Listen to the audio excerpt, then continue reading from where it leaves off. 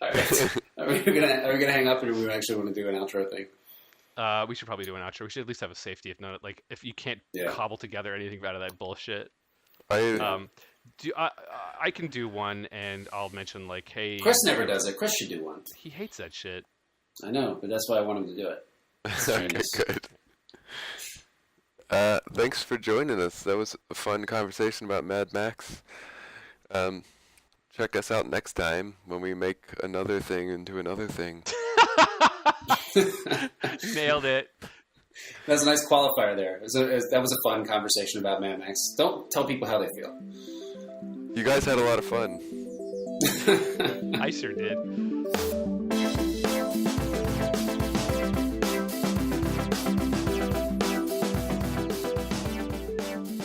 Hello and welcome to Storied, a podcast where we take one form of media and translate it into another. Today we'll be taking the Mad Max movie series and transforming them into a children's TV show. Because nothing says children like shotguns. Hey, listen, okay, all the 80s kids shows were fucking violent as hell, like G.I. Joe, Thundercats, RoboCop. Wait, was there a RoboCop cartoon? Yes. It's one of the least appropriate things that's ever been adapted. But there was that era... It was on at like 4 in the morning for some reason. Oh, weird. There was that era. Yeah. Well, that's why I think it would work well for that sort of like 80s era cartoon, because there was a lot of shit that sort of became kidified over time that was not appropriate. Like, I had a shitload of Terminator 2 toys when I was a kid, and that was not a kid-friendly movie. But somehow, like you could take the violent parts of it and just say, oh, well, he shoots rockets. Like, he's got like a spring-loaded rocket launcher, and it's just like a G.I. Joe-esque twist on it.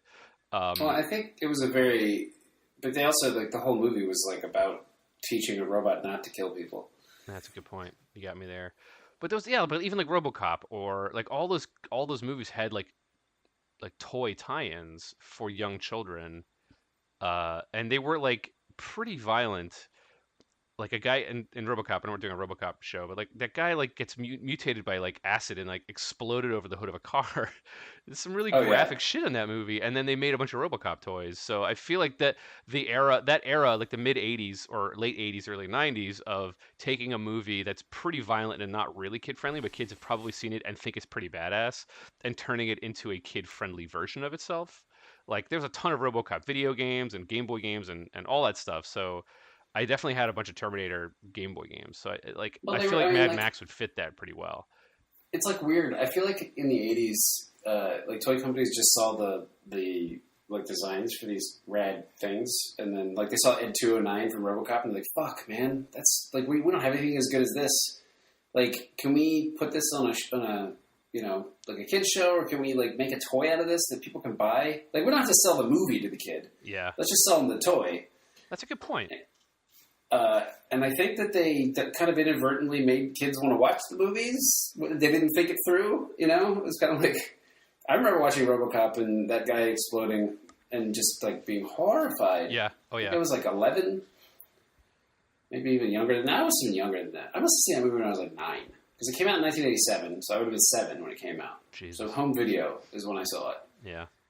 I saw Alien, the first Alien, on Betamax in Bermuda. That's, it was fucking OG. And that movie I should not. And that was in like 2003, right? Yeah, right. Yeah, we just got Betamaxes there a few years ago. Sorry, Bermuda. Yeah, it's true though. I'm from there. I can make fun of it. And I remember watching that movie. I did it, so it's fine. That movie is it's terrifying as like a grown adult at points, if you've never seen it before. So I watched that movie when I was like 6 maybe or 7 years old. I didn't even really understand what I was seeing. It was nightmarish. But like they sold Alien toys, they sold the facehugger, and they sold like the Ripley and the gun and the Xenomorph toys. So they knew those movies were not appropriate for kids. Yeah. Anyway, let's continue the trend and make a Mad Max. Hell yeah. Well, my point is that like the trend has been set. We just got to just do that. Yeah. Yeah, so Mad Max's dog is the first place to start. That was weirdly all I've been thinking about all day since we started to talk about this. Well, he would definitely have a dog. Oh, he has a dog.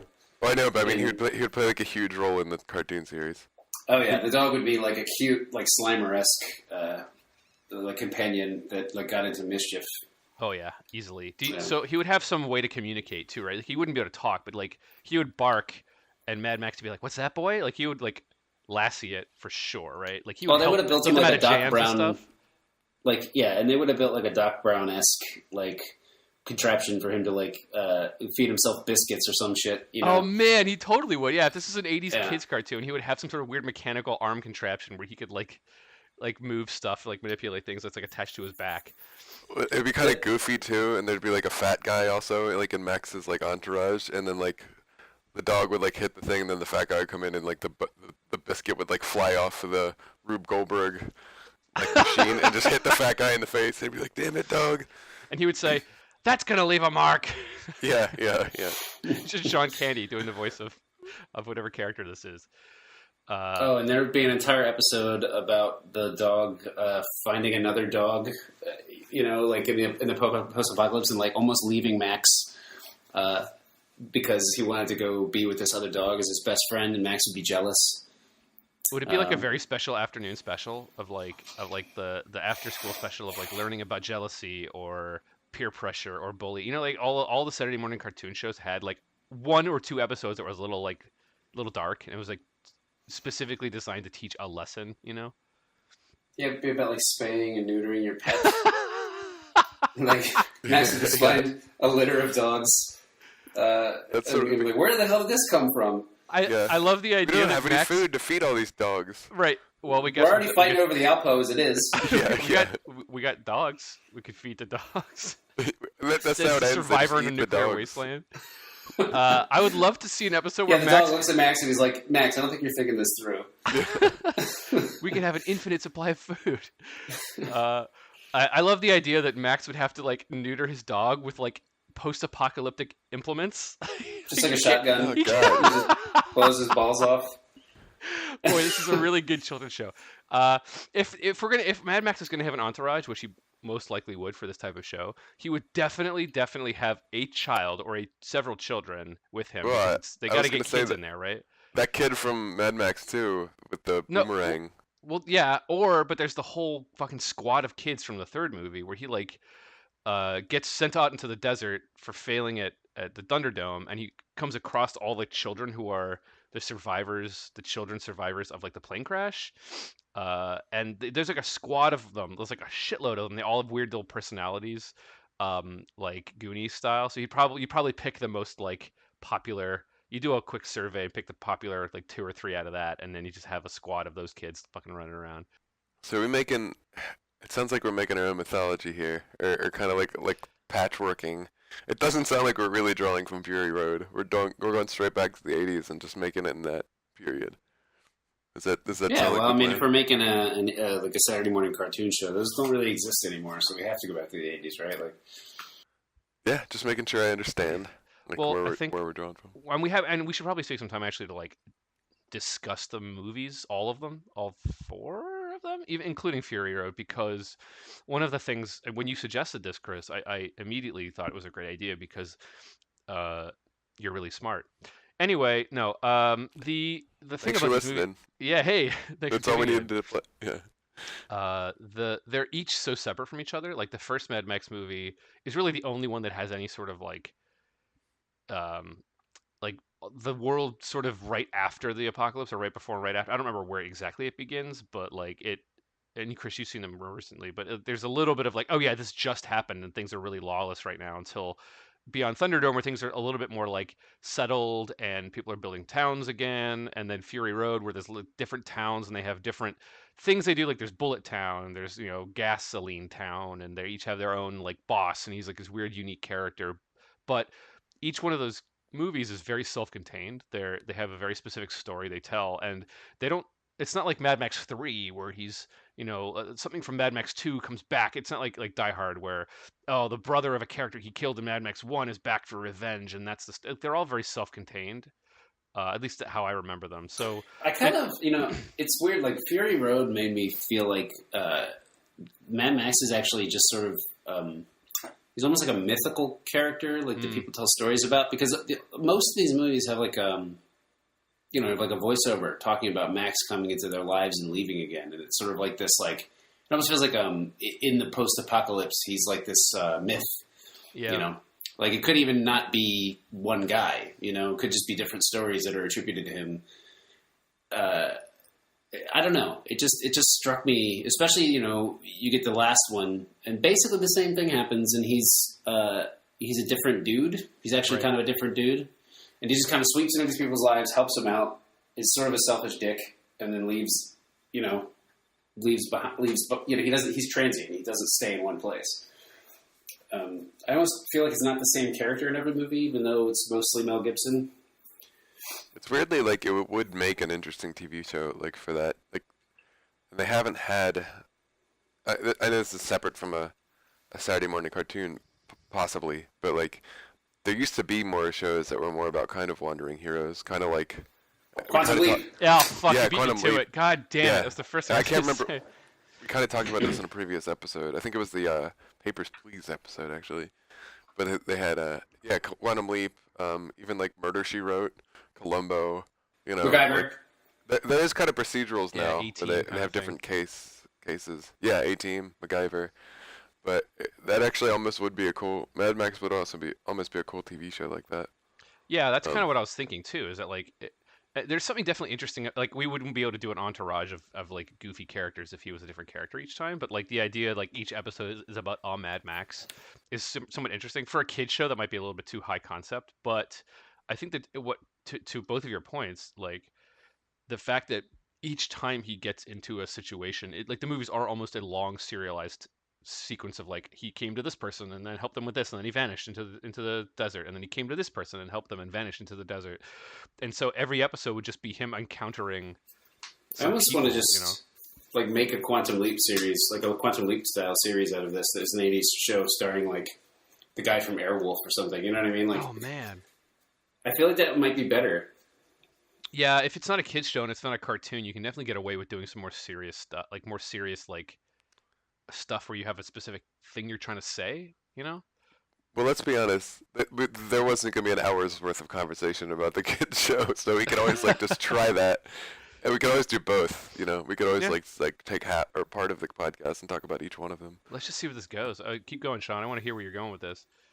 No, I just like I think there's definitely there's like a space for it to exist as a syndicated like Knight Rider-esque show where it's like it's not a low budget show, but it's not a high budget show, and so like a lot Like a of middle budget show.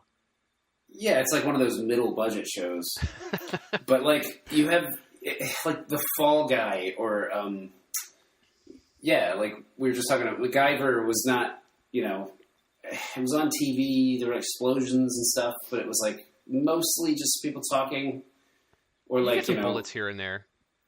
yeah, well, yeah, but I mean, it was like there was a definitely sort of this halfway between a movie and TV show thing that was on TV in the 80s that doesn't really exist anymore. It's kind of like this the weird action show. Yeah. Incredible Like, Hulk. The Incredible Hulk show was a lot like that too. He just kind of wandered around and. I mean, a lot of those shows existed in the late 70s, like mid 80s. It seems like, to your point, Sean, like we don't really have that anymore. You know? Yeah, it's like about a person ton of wandering them back around then. and just, like, getting into people's lives. Like that's what the show is. It's just people wandering. And I wonder if sort there's of like a societal reason for that.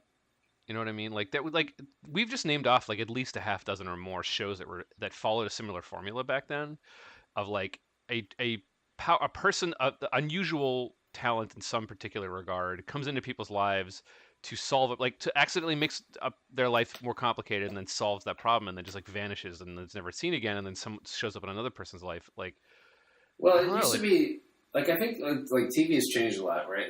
Like these days things are mostly serialized, and you sort of have to watch the whole thing to, you know, like there aren't episodes that you just pick up and drop. right? And I think that's something that comes out of like people staying home and watching more TV and going out less and that kind of shit. You know, like it's just people are more isolated. I think, even though there's more connected with the internet, it's weird. But yeah, I mean, it would be cool even to take that concept and put it into like rather than make an '80s show, make an '80s style show now and see what that looks like. You know? Yeah, because like even in like the 90s with the X-Files, like they had a blend of Monster of the Week one-off, you can miss it and not miss anything about their characters evolving, and then they had all this sort of like high concept conspiracy A-plot shit that you had to watch in order or you wouldn't know who the fucking shadowy dude in the sitting in a chair drinking coffee was, right? Uh, so they had like a mix of it, but I think that was one of the shows that like started to, at least in my memory, started to sort of like push things away from the 80s style serialized. You can just kind of catch an episode of MacGyver and not miss anything. Anyway, we're not really talking about Mad Max right now, but this is still interesting. Yeah, so I guess we could do either. I'm down for either. We had said Saturday morning cartoon. That could be fun for a minute, but if you want to try the other, I mean, I think they'd be very similar, because I think you wouldn't be able to show that like Mad Max. Those movies have a pretty significant amount of violence, not like gross and graphic, but there's a decent amount of it. But a lot of it you could take the edge off in the way that 80s kids shows or even 80s television shows would, where like you'd see a guy firing a assault rifle, but he would probably just like cut some trees down with it and have the tree fall on the bad guy. You know what I mean? Like no one is like getting graphically shot in the face in 80s television shows or in 80s kids shows. So there's a lot of like, you push a guy off your car, you have a fight on the hood of your car and you push him off into the sand, you see him tumble away and he's probably fine. You don't know, but like in the movie, he probably would have gotten run over by a truck, right? But in the television show version of that, you just see that guy go tumbling and you don't like know if he's dead or alive. You know what I mean?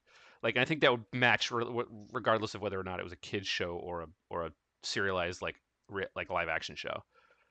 we could also go if we're making it now. You could go full on like Spartacus and just be fucking bloody as hell. Like, Yeah, that's true too. Yeah, just make it like an HBO show. do whatever you want. Like it's it's been much more opened up, kind of for that kind of material. Yeah, if it were on like HBO or Stars or whatever it might be.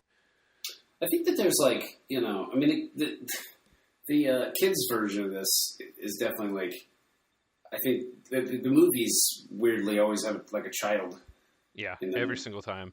That is, either in peril or has died, right?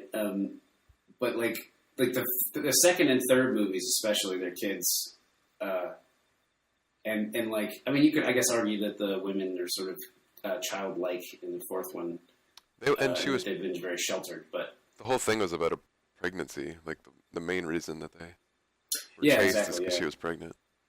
But I mean, I think that would be what like would have been latched onto by people trying to make a cartoon out of it. Like they would have, you would have been running into a lot more children to kind of make it appeal to kids more, right? Which is like what you were saying earlier. I think maybe before we started the podcast, but there was this idea that there's those kids in the third movie that kind of go off and do their own. Like, they would be like side characters. I think you wouldn't just have it be about Max and the dog wandering around. It would probably be Max and the dog at the base of operations wherever those kids are, Right. And they kind of go back there. Maybe they're all traveling together. Yeah, it feels just those kids existing makes it feel very much more like a G.I. Joe type show where like they would encounter children, I guess in the PSA part at the end when they'd be like, hey, let's talk about, not accepting candy from strangers or whatever. And like the G.I. Joe characters would sort of like talk to children in the television show as stand-ins for the audience. And that seems like a thing that they did a lot back then. But even like in those movies, in the second and third movies, they added those children to soften those movies and make them more approachable to kids. So even like if we were to make this a show that was live action, we'd probably want to put it around the PG-13 rating just so that we could have like adults watch it, but also kids watch it and think it was badass as well. And then, even though it's be a little bit violent for kids, I don't know if we'd want to show guys' heads getting blown off and stuff. You know what I mean? Like it doesn't fit the Knight Rider, A-Team, MacGyver sort of feel of that style of show, even if it made it a modern show, But those movies are really violent, but they're not like, they've never been grotesque. Right. None of them really have. I mean, even like when Immortan Joe gets killed in the fourth movie, Yeah, it's like it's really it's like what a horrible thing happens, but it's like implied, right? And yeah. It's not directly shown, what it is. There's a lot more like cars flipping over and exploding, and you're like, well, I guess that guy's dead, but you never see a body parts flying out of the explosion. Right. It's not, you don't get fingers getting blown off and heads actually there's not a lot of blood. They're very bloodless for the most part. It's weird too because I feel like in thinking about it now, I feel like the movies maintain their humanity like a little bit through that because like everything else is kind of so bleak and grotesque. Like there's all the mutants and the people starving, and then like it just not showing that it feels kind of vital to the property too. It would feel that much more different, I think, if it was like, we just saw somebody's fucking brains get shot out and hit the lens. Yeah. You know what I mean? Like, weirdly though, like the second movie has that like rape scene that just goes on forever. Oh God, I know. It's like horrifying, but it like also like it's there for a reason. I think. I don't know, man. No, I think here's the thing. It is there for a reason. I think they could have cut out of it earlier. It's pretty fucking disturbing. I feel like you could have gotten what you needed without. I think you could have probably done a different scene and gotten the same intent. I don't know. That just always squicks me out a little bit, but but it's not. It does say that these people are fucking terrible people. Yeah. And I'm not arguing that I get it. No, I it couldn't have existed without it. I do think it could have. The movie could have been made without it, but I don't think that they included it for no reason. Right. But anyway, yeah. But like, it's really long and upsetting. That's probably the worst thing in the movies. I feel like it's like the worst thing that happens. Like, I think you're probably right. It's the hardest thing to watch, or the thing that's the most sort of actual violent. And it's like actual violence. It's not implied, right? Like it is pretty much just what you see. Like a lot of, to your point earlier, like a lot of the violence is way more implied.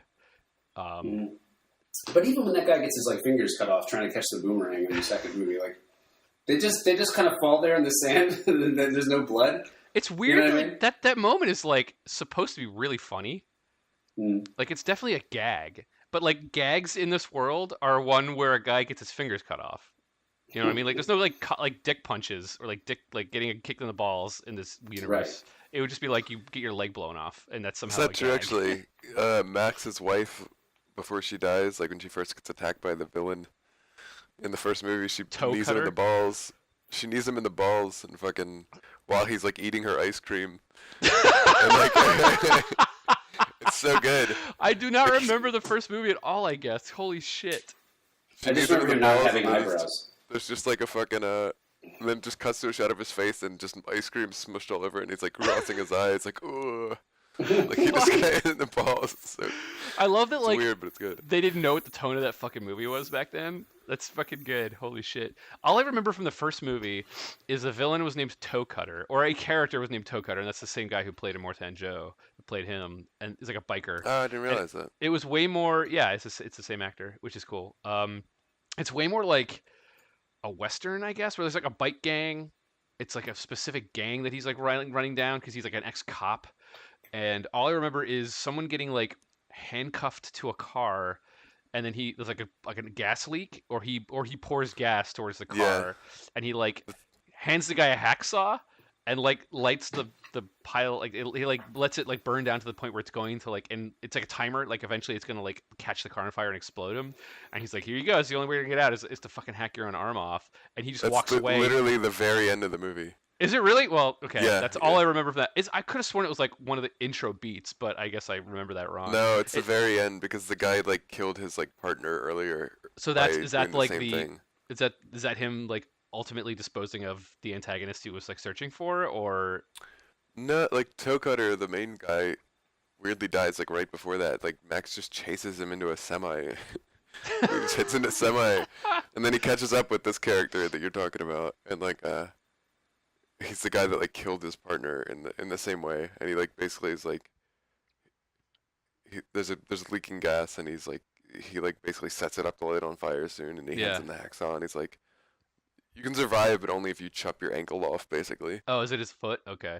Yeah, and then he never showed up. So then, obviously, the guy who wrote Saw just saw that and said, all right, that's my movie is going to be. There's just a whole movie of that. If you want to survive, you have to fucking mutilate yourself. Oh, man. And the funniest scene in the movie history, later in the movie, when it actually happens. Yeah, So good. it's so funny. It's a good gag. God, Saw. Fuck, I was really into that movie when I was younger. I regretfully admit, the first one. Mm. I know. It was the twist. I was like so into that, and I know it's really a shameful thing to say, but we're all friends here. Not anymore. Fuck. I meant that ironically. I loved it. Yeah.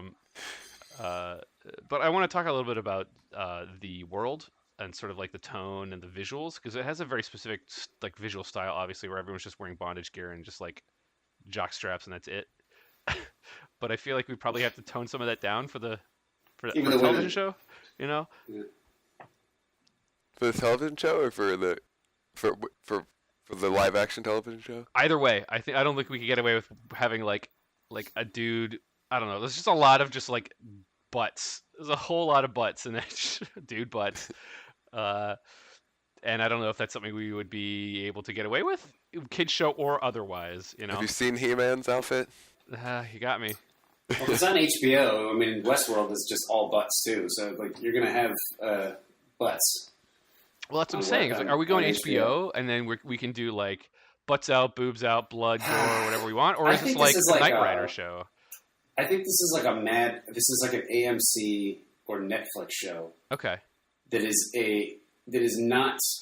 It's like Altered Carbon. I don't know if you've watched any Altered Carbon. Yeah, Altered Carbon very much strikes me as a show that would have been in like that Star Trek: The Next Generation, Highlander category, of like low budget, high concept, Xena, Hercules type thing.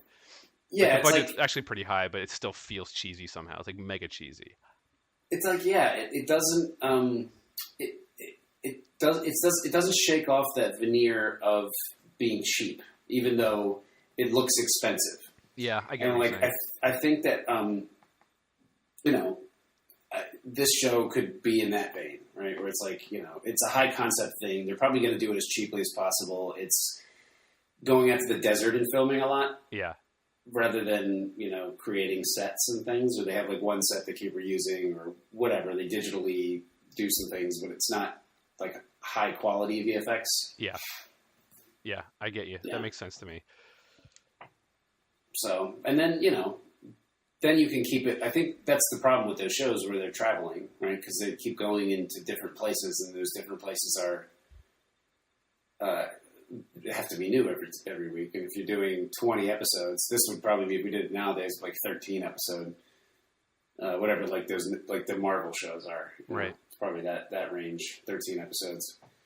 But yeah, I mean, you've got Mad Max traveling around, getting into people's lives, basically over resources or whatever, and then occasionally for other reasons. And, just getting a new dog every now and again. That's the saddest thing I've ever heard. This is definitely not a kid's show now. If that dog ever dies, it's not a kid's show. That's the end. Well, if it's not a kid's show anyway. If we're doing it, if we're doing an animated show, it doesn't matter. The budget's not a problem. Right. That's a good point. I mean, it is, but in a different way. I haven't really seen it in a while, but I was like, Samurai Jack came to mind too. Like, you could do something that just completely leans into like almost no dialogue. They're very tonally similar too. Like a person who's trying to find something in this weird wasteland. Everything's different and weird and like blown up. And there's a main antagonist in that show that he's trying to get to, but he has to go through all these other like fucking trials to do that. There's a lot of it. It's funny that you say that. I was thinking that too before the show. There's a weird amount. I assume that show was just like inspired heavily by Mad Max.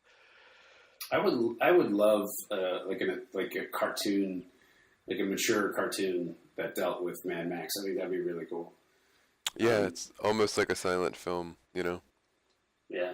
Well, Max himself is a very like taciturn character who just is not like, what I like about him is he's just not interested in any of that shit. You know what I mean? Like, he's here to get his gasoline and just move on, and he always gets himself embroiled in situations where he's like, I need something from you. And the person in trouble is like, all right, I'll give it to you, but first you have to help me deal with my problem. And he's like, fuck, okay, fine. What do we have to do? What am I doing? Like, I just want to get out of here alive. And he never really wants to get involved in those situations.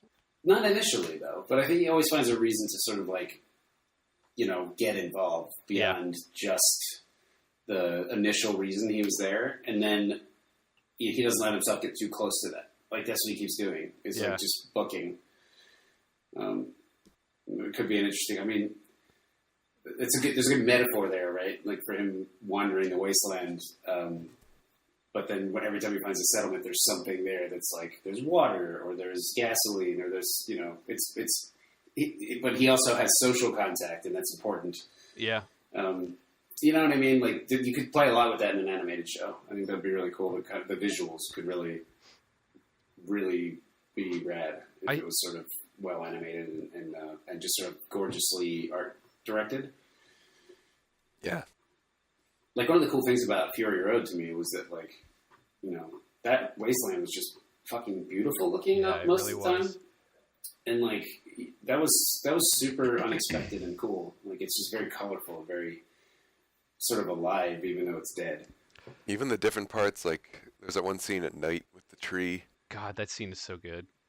And it's just like the even when it gets like the nighttime, like they separate the scenes with like color palette, and just even and that storm, like all the reds and stuff of that storm that they went into, they were just like natural in the frames, or at least natural to the world that they were depicting.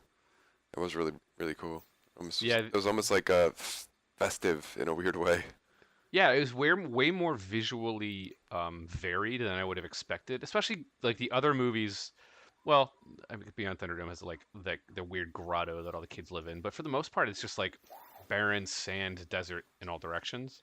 So the fact that movie had such a like you go through like the poisoned like remains of the forest, and it's like blue, and there's a creepy like stilt creature or person, whatever it was, like sort of like stomping through this mud, and it's like wet and on you, everything's just like different. Every place you go is different, and that definitely ties itself well to a serialized television show, because like every episode you don't want it to look the same. You don't want every episode's color palette to just be like brown and yellow sand everywhere. So trying to come up with like, okay, there's a corner of the outback that is just rock and water, and it's like an oasis, and people live there, and it's like a big waterfall, like in the third movie. These people live in this poisoned swamp area, and it's sort of like there are still trees there, but they're all dead, and so but there's a lot of shade because there's a lot of like overgrowth and stuff, and you could come up with really unique, weird things for each episode that I think could be sort of like fit within the tone, especially of the fourth movie. Yeah, that would be it. It seems like it'd be a pretty cool show. Well, yeah, we should make it. All right, so go ahead. Sorry, no, I was just going to say the other thing that's good, especially about the fourth movie, well, about all of them in general, is that like the antagonist is always super fucking unique. Like their character design is really really unique, and in a sort of children's enemy. Like I keep going back to G.I. Joe, but like Lord Humongous is very different looking from Mortan Joe is very different looking from the guy who runs like Bullet Town, which is very different from the guy who runs like the Gasoline Town. Like they all have really unique like quote unquote monster designs, which is very like kids show, or not kids show, but like that style of show, or like he just comes up against interesting, visually unique. All their voices are different. All their personalities are really like wild. So you have like the Cobra Commander and the Destro and the Sinestro and the like. They all have like a thing that's really like visually distinct about them. Then each episode, like having an antagonist per episode, is really interesting, and especially in the fourth movie where there's like this sort of like agreement that all of these settlements have, like the Mortan Joe sort of trades water to the bullet guys for bullets, who then trade bullets to the gasoline guys, and they're all sort of like allied together in a sort of weird Legion of Doom kind of thing. If we wanted to make it a larger sort of world, or a larger sort of plot, where he gets like starts finding out that these guys are all sort of tied together in this weird like alliance, that's definitely an option available to us because of what the fourth movie did.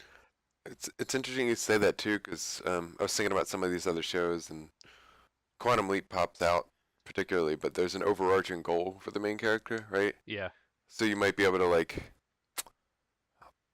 to keep Max more like active and motivated. Like you could give him something like a revenge story where he's working through people, kind of like Drax in Guardian of the Galaxy, where he's trying to kill the person who killed his family or whatever, and then he keeps getting conflicting information, or it just kind of drives him moving through the wasteland, episode to episode. And not every episode has to be about that. Maybe he's on the way to somewhere, and he gets a flat tire or something, and then he has to stop in a settlement. Like sounds like a really exciting whatever. episode. Gotta do some car maintenance. This whole episode. Where's my jack? Well, there is one though. There's an episode there where it's in the middle of nowhere. He doesn't have a spare. His spare is busted, and he doesn't have enough water. And he's got to solve that problem. Yeah, it's almost like that could be an episode. Yeah, that'd be a really that's cool good point. I episode take it actually, back. where it's almost like 127 hours, where it's just like him Oh yeah, like that's fighting cool. the elements essentially. He like can't leave his car, and all around him is just death in all directions. yeah, I'm kind of imagining like this show being like a 6-episode limited run, Like a miniseries? high quality, like animated thing. Yeah, like you do just a very limited number, but they're all like an hour long.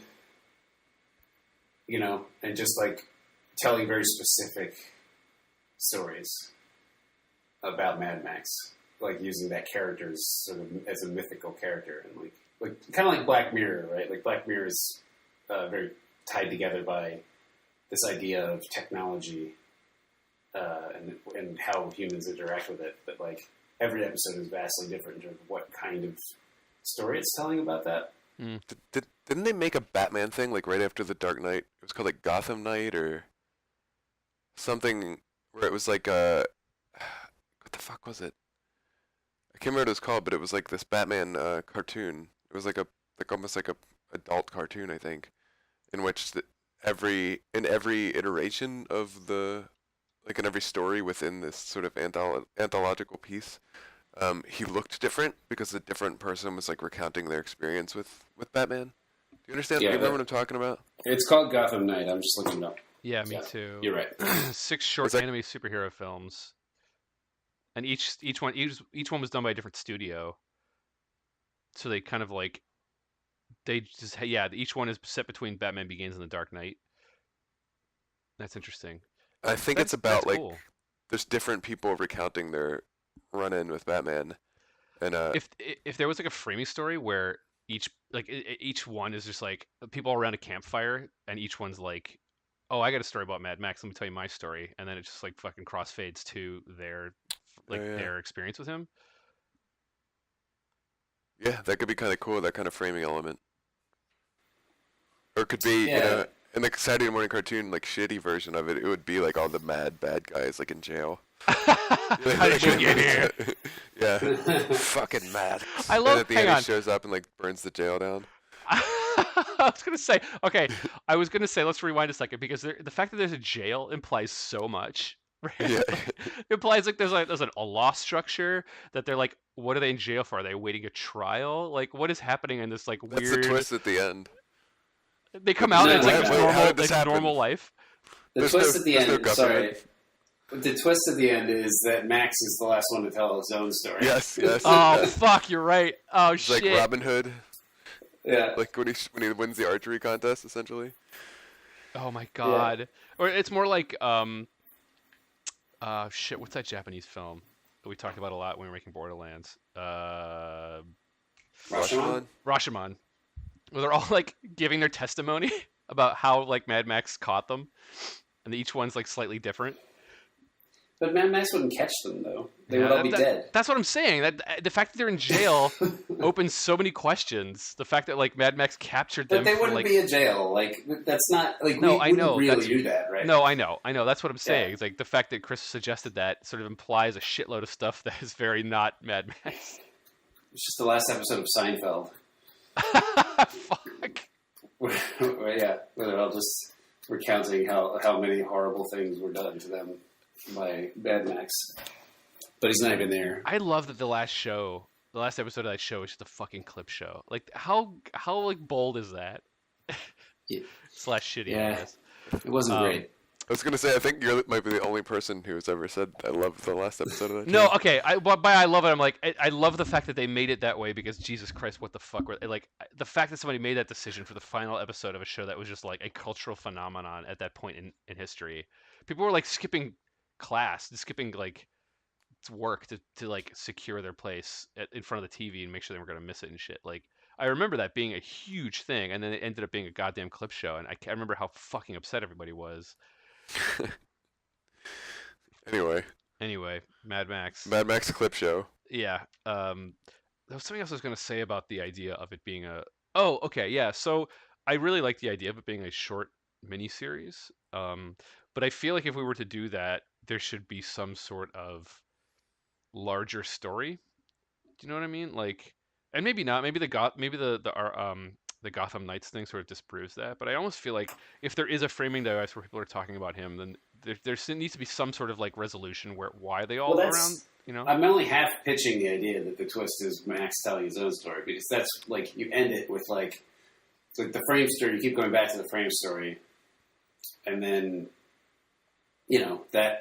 basically the last one is Max's. The last episode is Max's like story that's been doing the whole time. You just didn't know it. interesting. Like, and then he basically has some kind of scheme going on or something, and like he's rounding these guys up. Yeah, they're like at a settlement or something, and like everyone's sitting around the campfire, and then there's just like this seemingly old man with like a cloak over his face, like in the background. Yeah, the one guy, the cloak over his face, is definitely not Mad Max the whole time. Yeah. The reason I brought it up is just that like shows like Samurai Jack, which I think is a pretty good like touchstone in a lot of ways. That show had Jack had a goal, which was to get to and kill the antagonistic force, and he just tried every episode. Oh, no, sorry, my mistake. It's to get home, right? And every episode, at least early on, was very much like, here's another opportunity to get home. There's some guy who can open a portal, and he goes investigates that, and it turns out to be It's like Quantum Leap, very similar. Like, I'm just trying to get home. I'm gonna keep trying. Oh, it's not what I thought it was. Oh, I have to fight this guy over and over again. Well, yeah, but you don't have to to divorce that from like they could all be telling stories about Max looking for this thing, or like, do you know what I mean? Like, it could basically be that, or he could be looking for it in each of those stories, so they're not wrong. Yeah, that's all I'm saying. Is I feel like you want to pin it around a specific thing. Either he's looking for, the guy who killed his family, which I think is a good standby, or he's looking for someone who stole his dog, or whatever dumb idea, but something that at least ties everything together. Mm-hmm. Yeah, and I really like the idea of using that structure to comment on Max as a sort of mythical figure. I don't know if you guys are into that, but I really think that's cool about that series. And like just having that whole miniseries basically be set up that way, where it's like every story is about basically the same guy. Could actually be a real story, but might not have been Max necessarily. Right. And you don't have to know that one way or the other if it is, but like, there's sort of threads that tie into his like Hercules or whatever. Like you hear stories about him. He's always got the same elements, but they're sort of different aspects of his personality coming out or whatever, or the different feats that he's accomplished. And like you get there and Max doesn't look the same. He doesn't look the same in every episode or something. Right. Like it could be kind of cool. And then the last episode, like he comes out and is it Max or not? Like doesn't matter. Like he's the myth. Because there's something really cool about that. Yeah, totally. Yeah, it's to the point of the Gotham Knight touchstone is that like each episode is done by an entirely different studio, so like it has a slightly different animation style and slightly different storytelling techniques, and like it would be written by different people, so the tone would be different. And Max, like if we would just say like here's the sort of like basic outline of what he should look like, but just like draw him however the fuck you want, make him a woman, whatever, make him like a different race, doesn't matter. And so like it would be obvious that is an intentional choice. It's not just like, oh, we couldn't decide on what he looked like. It would be like, I remember him being 5'10". No, I remember him being 7 foot tall and as broad as, like Paul Bunyan style, right? of just like I embellished the elements of the story to make the storytelling better.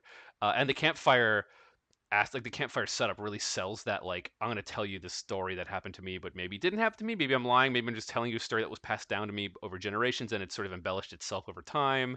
And there is that sort of tone of grand sort of storytelling around a fire, that sort of tradition. And so the idea that in each episode of the story, Mad Max looks a little bit different, but there's some sort of element tying them all together, like he drives the same car or something.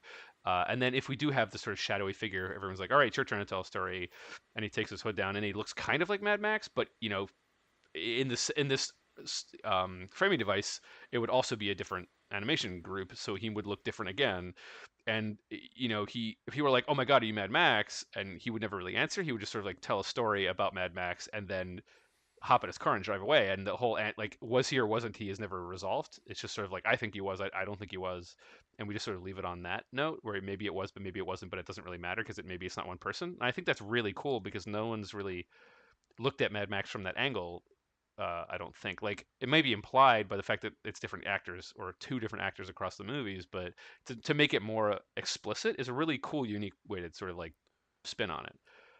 There's something really cool about that, like commenting, or not commenting, but that feels organic to the world that it actually exists in, because like in the absence of like a constant like visual or being able to remember like something via photography by any means, right? Like it just kind of like, I think that's how those legends probably or legends of the past, like hundreds of years ago, like certain folk tales and stuff, like Robin Hood, like any other thing, like nobody knows what those people looked like, right? Or Right. if they do, it's based off like a fleeting memory and a fleeting glimpse. Or a Um, drawing or something. yeah, yeah. So, and I think that what could be really cool too is depending on like your storytellers. If like one of them's a kid, Max would be like 7 foot or whatever, Right. and then like rugged as shit looking or whatever. And then you could have like, I mean, this is a bad pitch, but you could also have like a woman, and he was like way more handsome in that version. You know what I mean? Like so like you could just get you could it could be defined by the storyteller in this case Yeah. too. Yeah, and get a little Um, bit of their personality out through the way that they see yeah, Max. yeah, which would be Yeah, and I think you'd want to, have like Harrison was pitching earlier, like, you get different people to do it, different studios, different art styles, and those things are all sort of woven together in such a way that, the stories actually feel like different stories, but in the same, like, of the same person, about the same person. Like you can see different aspects of the character through yeah. the ways that they saw them, which would be cool. That's a good point. Yeah, and if we do go with like he's looking for something, he's trying to find something, and that is the sort of like through line through it all. It definitely makes it feel like it's all part of one anthology of stories about this mythical person on this sort of like odyssey, this quest, that is sort of like taken his whole life or many generations because it's not one guy. But it's just like Johnny Appleseed, like the apocryphal tale of a guy wandering around across America, like planting apple trees. It's just like he's going from place to place doing a thing that never ends. Like his journey and his goal is never reached. And I think that's a really cool way to look at it. Um, when you were talking, Chris, it reminded me of and I know you haven't seen the second half of Beyond Thunderdome, but he does meet these kids, and like they do tell the story of how like their parents on the plane crash through, like, I think it's like the viewfinder things, those old like plastic red Oh yeah, with the Viewmaster. wheel. Yeah, the Viewmaster. Am I remembering that correctly, Sean? Um, I think so. Yeah. like, and there's like Yeah. pictures, there's like touristy sort of like shots of like, welcome to welcome to like this part of Australia. Oh, here's these really big buildings from Sydney or wherever. Oh, look at this plane. And they sort of like hold the wheel, the little like picture wheel, over a fire, and it projects into the side of the wall, which is like ridiculous. But that's how they sort of tell the story, is through these like stock photos that they found.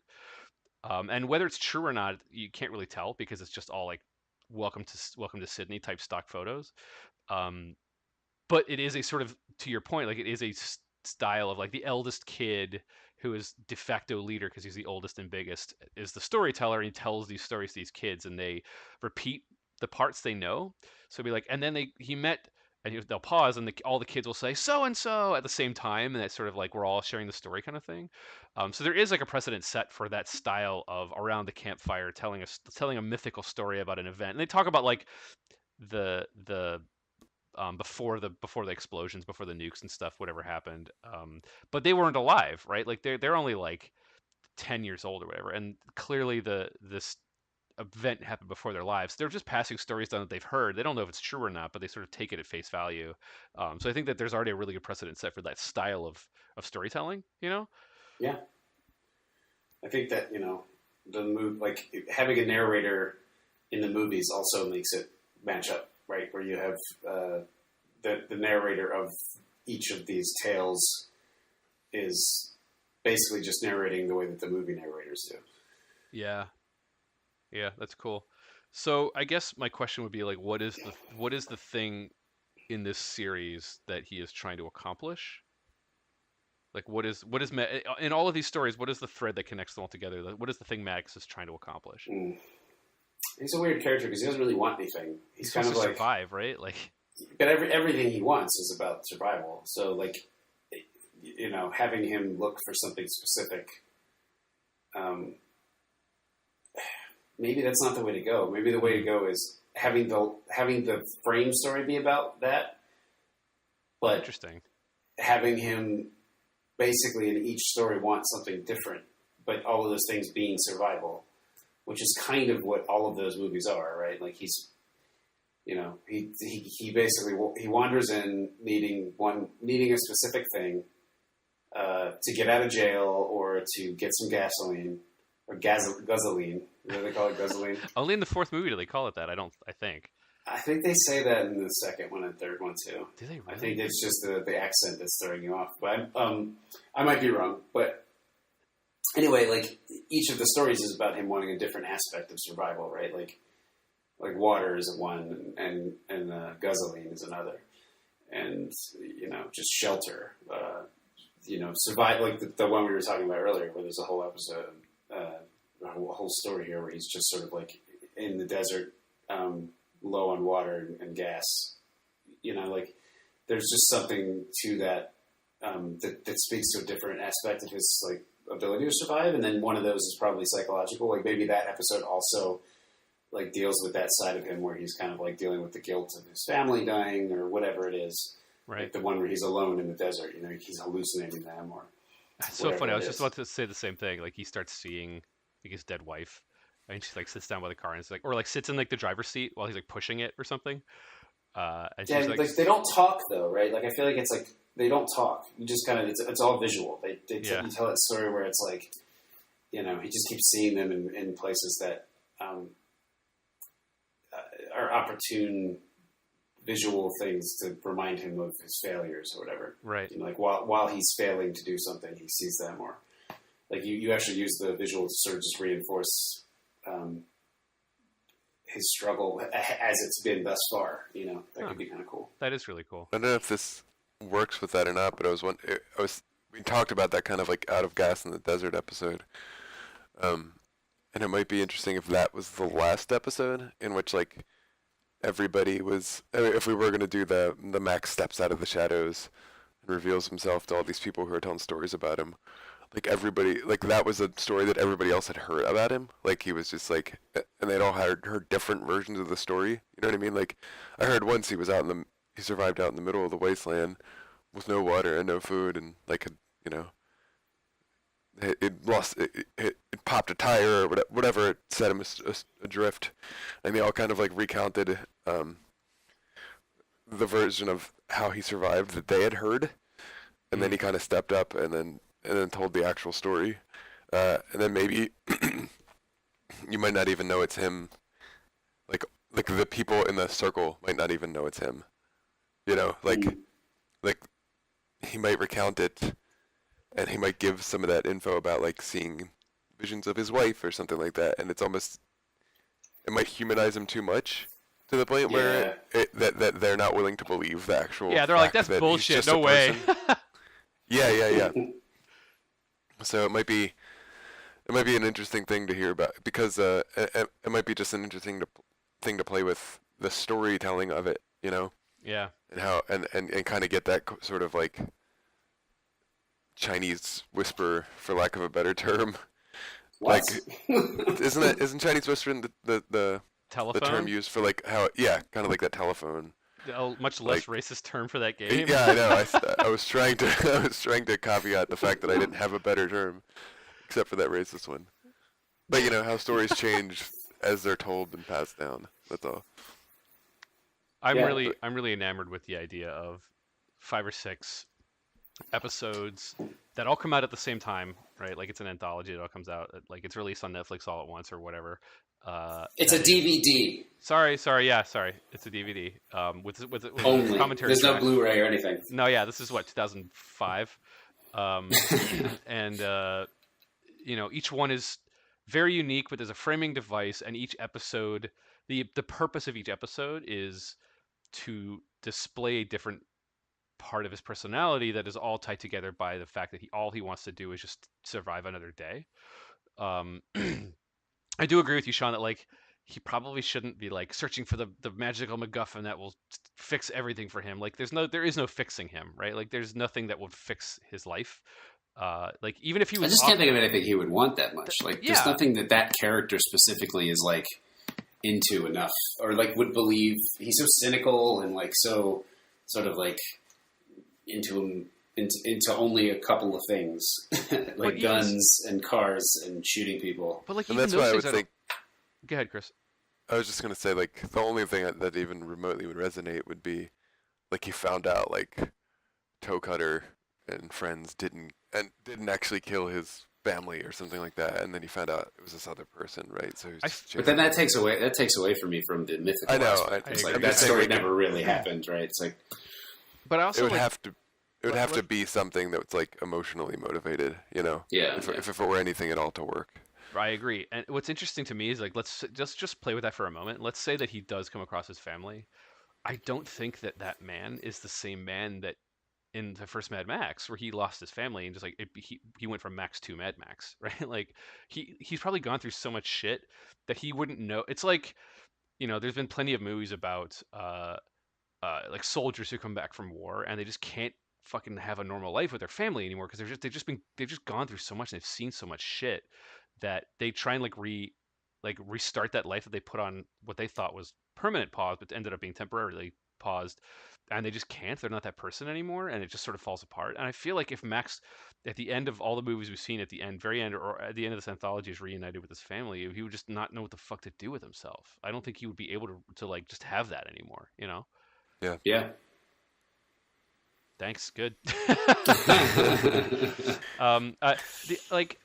He's been offered like a place to live and a place to belong and like safety. Like at the end of Fury Road, like he very easily could have had a comfortable life with food and water and safety, but he doesn't want that. Like he just doesn't want. I don't think he wants a good life. Maybe he feels like he doesn't deserve it. I don't know. Like he's a man in search of something that he doesn't even himself know what it is, and I think that's really compelling for that like larger than life mythological aspects. Like why is he traveling? No one knows. I don't think even he knows, Yeah. No, that makes sense. What's interesting about this format too is like you could have the more traditional sort of Mad Max stories where there is a villain, there's an antagonist that for whatever reason he gets wrapped up in that fight as well. But you could also have things like in the shorter format, right? Like you could have something where he like, I think you mentioned one of his goals could be shelter, and then he finds the shelter, and then,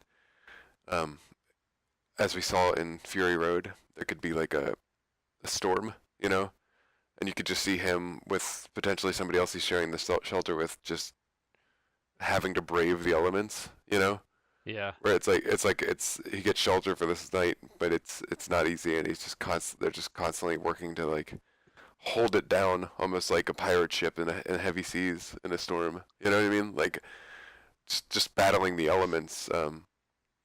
Like it just feels like this format could open it up to different kinds of Mad Max stories that aren't necessarily all that sort of, there's an antagonist. Yeah, no, I think there's that's a really villain. cool. It's Yeah, funny. what I can think of. it feels like the reason for this to exist is it's this sort of like space between the big things. You know, like it's not. It's like the smaller stories about him, which isn't to say there aren't any car chases or gun battles or whatever, but like there's a lot of excitement, but it's less. It's more about sort of the character as a whole.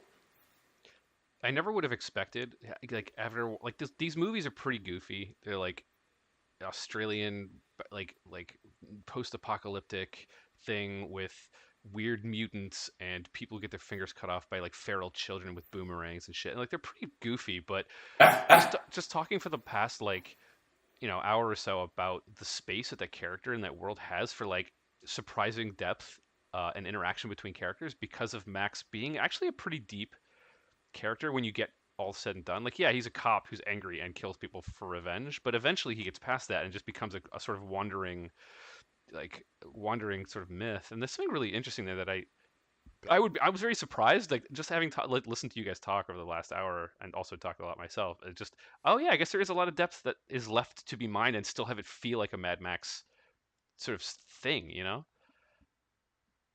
Yeah.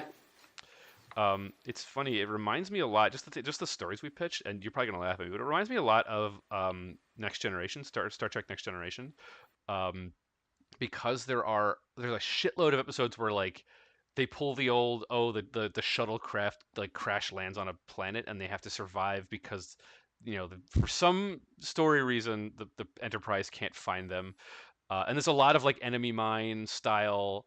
They're trapped in a cave with a Romulan when they're bad guys, but they learn to get along to sort of like brave the elements. Or one of the characters is like mortally wounded and you think they're gonna die. Like there's an episode with Captain Picard and Wesley Crusher where like Captain Picard gets like caught in a rock slide and can't move, his like legs are broken, and so this kid has to go out and do all these things that he's like, I don't know how to fucking do these things. I'm a kid, and it's in an anthology like this you could set up like someone's going to die and Mad Max has to sort of coach them through like, all right, we're going to make things as comfortable for you as possible. What do you think? Like I'm going to die. I'm scared. What is it like to be, I've never known what death is like. I'm like a sheltered person. And there's a lot of interesting, like that show does a lot of interesting one-off episodes where like they're in a really precarious situation and the Enterprise can't get to them. So they're stuck in like a container ship on a planet's surface and there's like lots of storms and they can't get away, but they have to sort of eke out in existence and sort of figure out how to make things. And then there's always a twist or someone's a fucking alien or is mind controlling some whatever. But there's a lot of space for the elements are against us, people are against us, our own bodies are against us, stories that to sort of smash two or three or four people together in a really interesting way. For sure. I mean, it's true. Yeah. It's true. I didn't realize how much Mad Max was like Star Trek: The Next Generation. Now you know. That's what you get for listening to this episode. But it's funny how frequently they pull that old like, oh, we crash landed on a desert planet. Like they do it like a dozen times at least. I think we have our title. Mad Max: The Next Generation. Oh shit! Please don't sue us. Makes complete Paramount. sense, especially after I say it out loud. Because it's definitely the next generation of Mad Maxes. Like he's been training, like in a Jedi temple, more Mad Maxes, like young, like Mad Max Juniors, like fucking Indiana Jones Jr., which was totally a cartoon from like the 90s. Oh god, James Bond Jr. Oh fuck yeah! Perfect. That's what this should be, Mad Max Jr. Well, it should be for some reason. She'll be a girl, and she'll be Mad Maxine. Well, it would still just still call it reduce Max to Mad for short. Max. Yeah. Yeah, exactly. Yeah, so you don't even have to have the junior. It's just like See, we're back on the kids show again. We figured it out. It took us all this time. We pulled it all the way back to Full the kids circle, show. baby. Yep. Kids will love an hour-long television show about somebody stranded in the desert. Yep. Perfect. Try to fix a tire. Yeah, it'd be great. Just a wordless television show with metaphors about guilt. Perfect. Kids love that these days. We all feel like shit these days because of current events. They'll understand. Kids are sophisticated. Yeah. Never patronize children. They're smarter than you think. I know that. You don't know that. All right. No, I don't. My child is a blithering idiot. Blithering idiot. Where do we get that from? Yeah, I was gonna say. Yeah. Ha ha ha ha. All right. Yeah. Well, that was a fun talk about Mad Max. Yeah, we made a bunch of different show styles out of that. Yeah.